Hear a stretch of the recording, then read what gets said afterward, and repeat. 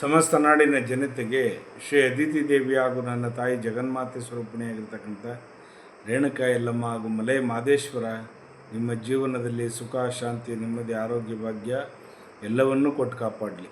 ಬಂಧುಗಳೇ, ಈ ದಿನ ತಾರೀಕು 25/5/2026 ಸೋಮವಾರ, ಉತ್ತರಾಯಣ ಗ್ರೀಷ್ಮ ಋತು, ಶ್ರೀ ಪರಾಭವ ನಾಮ ಸಂವತ್ಸರದ ಅಧಿಕ ಜ್ಯೇಷ್ಠ ಮಾಸದ ಶುಕ್ಲ ಪಕ್ಷದ ದಶಮಿ ತಿಥಿ.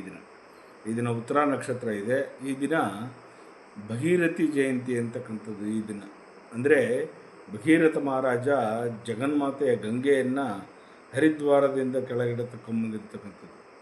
ಅಂದರೆ ಈ ಭುವಿಗೆ ಎಲ್ಲ ನದಿಗಳ ಸಂಗಮ ಆಗಲಿ ಅಂತೇಳಿ ಆ ಜಗನ್ಮಾತೆಯ ಗಂಗಾ ಸ್ವರೂಪಿಣಿಯಾಗಿರ್ತಕ್ಕಂಥ ಗಂಗಾದೇವಿಯನ್ನು ತಪತ್ಶಕ್ತಿಯಿಂದ ಮನವೊಲಿಸಿ ಹರಿಯ ಪಾದಾರವಿಂದಗಳಿಂದ ಬರ್ತಕ್ಕಂಥ ಗಂಗೆಯನ್ನು ಭುವಿಗೆ ಕರ್ಕೊಂಬಂದಿರ್ತಕ್ಕಂಥದ್ದು ಆ ಭಗೀರಥನ ಜಯಂತಿ ಇವತ್ತು. ಅಂಥ ಒಂದು ಪುಣ್ಯತಮವಾಗಿರ್ತಕ್ಕಂಥ ದಿನ ಈ ದಿನ.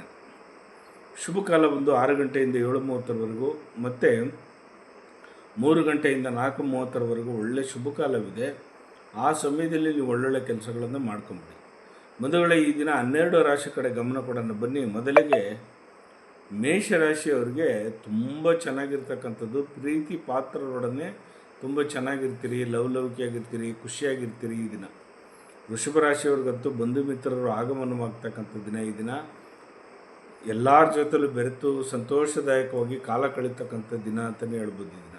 ಇನ್ನು ಮಿಥುನ ರಾಶಿಯವ್ರಿಗೆ ಸಾಧನೆ ತೋರಿಸುವಂಥ ದಿನ ಈ ದಿನ.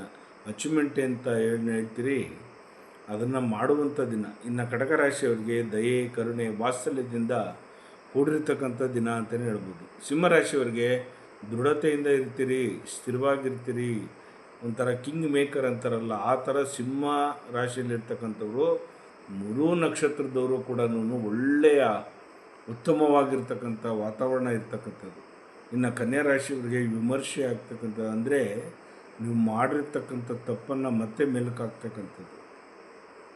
ತುಲಾ ರಾಶಿಯವ್ರಿಗಂತೂ ಈ ದಿನ ಧೈರ್ಯ, ಸಾಹಸದಿಂದ ಕೂಡಿರ್ತೀರಿ, ಹೆಚ್ಚೆಚ್ಚಿಗೆ ಖುಷಿಯಾಗಿರ್ತೀರಿ, ಲವಲವಿಕೆಯಾಗಿರ್ತೀರಿ. ಇನ್ನು ವೃಶ್ಚಿಕ ರಾಶಿಯವ್ರಿಗಂತೂ ನೀವೇನು ಕೂಡಿಟ್ಟ ಹಣ ಏನಿದೆ ಅದನ್ನು ದ್ವಿಗುಣ ಮಾಡ್ತಕ್ಕಂಥದ್ದು, ಹೆಚ್ಚಿಗೆ ಲಾಭ ತರ್ತಕ್ಕಂಥ ದಿನ ಅಂತಲೇ ಹೇಳ್ಬೋದು. ಇನ್ನು ಧನುಸು ರಾಶಿಯವ್ರಿಗಂತೂ ಒಳ್ಳೊಳ್ಳೆ ಸ್ನೇಹಿತರುಗಳು ಸಿಗ್ತಾರೆ, ಬಂಧು ಬಾಂಧವರು ಸಿಗ್ತಾರೆ, ನಿಮಗೆ ಒಳ್ಳೊಳ್ಳೆ ಹೊಸ ಪರಿಚಯದಲ್ಲೇ ಆಗ್ತಕ್ಕಂಥವ್ರು ಇರ್ತಾರೆ. ಇನ್ನು ಮಕರ ರಾಶಿಯವ್ರಿಗಂತೂ ನೆಮ್ಮದಿಯ ವಾತಾವರಣ ಇರುತ್ತೆ, ಸಂತೋಷದಾಯಕವಾಗಿ ಕಾಲ ಕಳೀತೀರಿ. ಇನ್ನು ಕುಂಭರಾಶಿಯವ್ರಿಗೆ ಗೆಲುವು ಕಟ್ಟಿಟ್ಟ ಬುತ್ತಿ. ಇದನ್ನು ಸ್ವಲ್ಪ ಪ್ರಯತ್ನ ಪಡಿ, ಯಾವುದೇ ರೀತಿಯಾದ ಯೋಚನೆ ಮಾಡೋದು ಬೇಡ, ಖಂಡಿತವಾಗೂ ನಿಮಗೆ ಜಯ ಕಟ್ಟಿಟ್ಟ ಬುತ್ತಿ ಸಿಗುತ್ತೆ ನಿಮಗೆ. ಇನ್ನು ಮೀನರಾಶಿಯವರಿಗೆ ಅಪೇಕ್ಷಕ್ಕೆ ಮೀರಿರ್ತಕ್ಕಂಥ ದಿನ ಅಂತಲೇ ಹೇಳ್ಬೋದು. ನೀವು ನಿರೀಕ್ಷಣೆ ಮಾಡಿರಲ್ಲ ಅಂಥ ಒಂದು ಉತ್ತಮವಾಗಿರ್ತಕ್ಕಂಥ ಒಂದು ಸ್ಥಾನಕ್ಕೆ ಹೋಗ್ತಕ್ಕಂಥದ್ದು ಜಾಸ್ತಿ ಆಗುತ್ತೆ.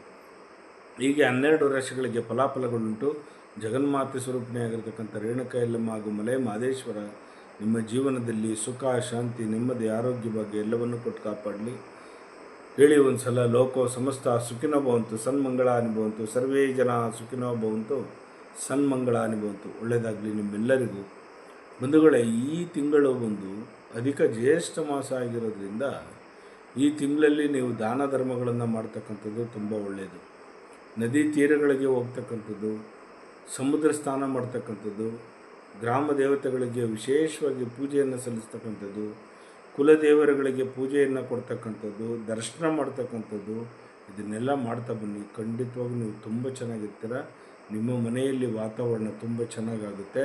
ಅಶೋಕ ಮರದ ಎಲೆಗಳನ್ನು ತೋರಣಕ್ಕೆ ಕಟ್ಟಿ, ಖಂಡಿತವಾಗೂ ನಿಮಗೆಲ್ಲ ಒಳ್ಳೆಯ ಅಭಿವೃದ್ಧಿ ಆಗುತ್ತೆ.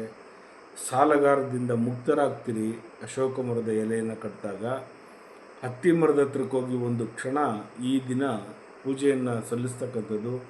ಅಲ್ಲಿ ಒಂದು 5 ನಿಮಿಷ ವೃಕ್ಷದ ಕೆಳಗಡೆ ಕುಂತ್ಕೊಳ್ತಕ್ಕಂಥದ್ದು, ಹತ್ತಿ ಮರದ ಕೆಳಗಡೆ ದೀಪವನ್ನು, ತುಪ್ಪದ ದೀಪಗಳನ್ನು ಅಂಟಿಸ್ತಕ್ಕಂಥದ್ದು ಮಾಡಿ, ಸ್ವಲ್ಪ ಹಾಲು ಮತ್ತು ತುಪ್ಪವನ್ನು ಆ ಹತ್ತಿ ಮರಕ್ಕೆ ಬುಡಕ್ಕೆ ಹಾಕ್ಬಿಟ್ಟು ಬನ್ನಿ. ಈ ದಿನ ತುಂಬ ಚೆನ್ನಾಗಿರ್ತೀರ. ನಿಮ್ಮ ಮನೆಯಲ್ಲಿ, ನಿಮ್ಮ ವಾತಾವರಣದಲ್ಲಿ ತುಂಬ ಚೆನ್ನಾಗಾಗ್ತೀರ. ಒಳ್ಳೆಯದಾಗಲಿ, ಶುಭವಾಗಲಿ ನಿಮ್ಮೆಲ್ಲರಿಗೂ. ಎಲ್ಲರಿಗೂ ಶುಭವಾಗಲಿ.